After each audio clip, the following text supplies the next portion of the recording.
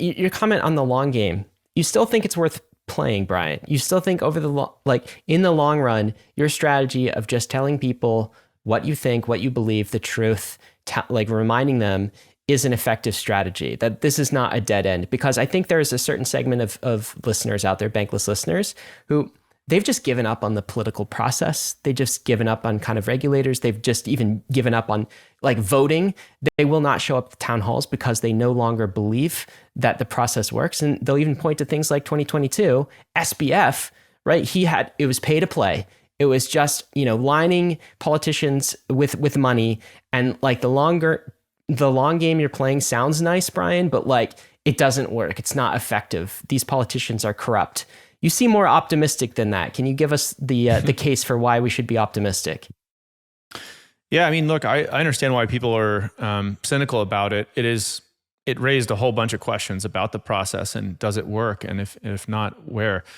There's a really great 2x2 graph that I love that shows up sometimes. I think it's from Edelman, but it shows sort of trustworthiness and competence, I believe. And it sort of compares different, government and NGOs and for-profit businesses. And for a while, there was sort of nobody in the top right quadrant who was both trusted and competent. And slowly, people have started to view, and government's not there, by the way, it's viewed as not trusted and incompetent, if you believe this survey.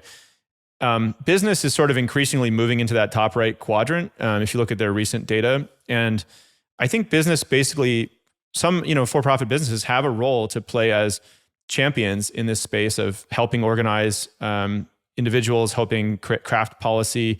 We don't ever want to take credit or like inject ourselves into the democratic process, because I think there's a line you can cross there as just one private company. But if you're talking about the individual citizens, the voters, I'm talking about there's 50 million people who've used crypto in the United States. I'm talking about the people here. And in a democracy, the government works for the people, not the other way around, right?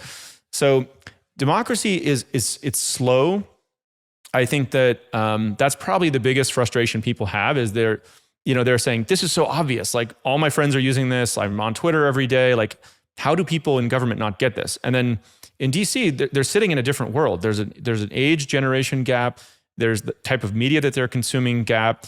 Now, but the good thing about America has many flaws, and it's slow and bureaucratic in many ways, and it can be wrong for a long time.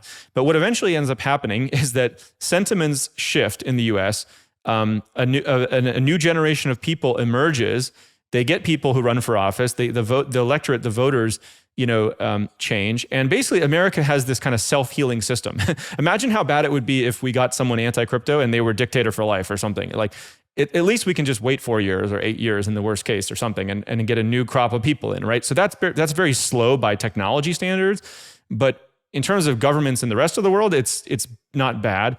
And so, crypto is going to outlast any administration, any official who, has the wrong idea or whatever. And so we can go through good periods and bad periods. As long as we keep building, and then the people who are engaged enough on the civic side who want to do it, that's great. The people who just want to build, that's also great. We need both. I think we'll get there eventually.